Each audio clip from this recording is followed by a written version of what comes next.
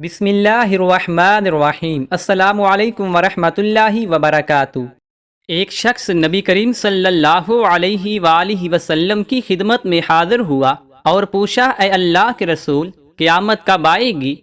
आप सल्लल्लाहु अलैहि वालिहि वसल्लम ने फरमाया, जब अमानत में खयानत हो तो क़यामत का इंतज़ार करना। उस शख्स ने पूछा, अमानत में खयानत से क्या मुराद है? आप सल्लल्लाहु अलैहि वालिहि वसल्लम ने फरमाया, अमानत में खयानत ये है कि मामलात नाअहल लोगों के सपुर्द कर दिए जाएं।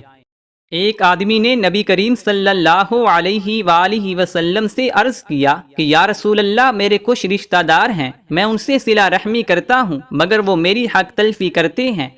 मैं उनसे हुस्न सलूक करता हूँ और वो मुझसे बुरा सलूक करते हैं। मैं उनसे बुर्दबारी का मुआमला करता हूँ और वो मुझसे झगड़ते हैं।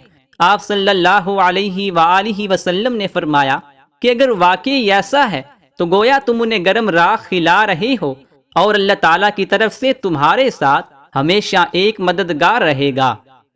हज़रत साद रज़ी अल्लाह अन्हु से रवायत है कि रसूलुल्लाह सल्लल्लाहु अलैहि वालिहि वसल्लम ने फरमाया, अल्लाह ताला मुत्तकी, घनी और गुमनाम बंदे को पसंद फरमाता है।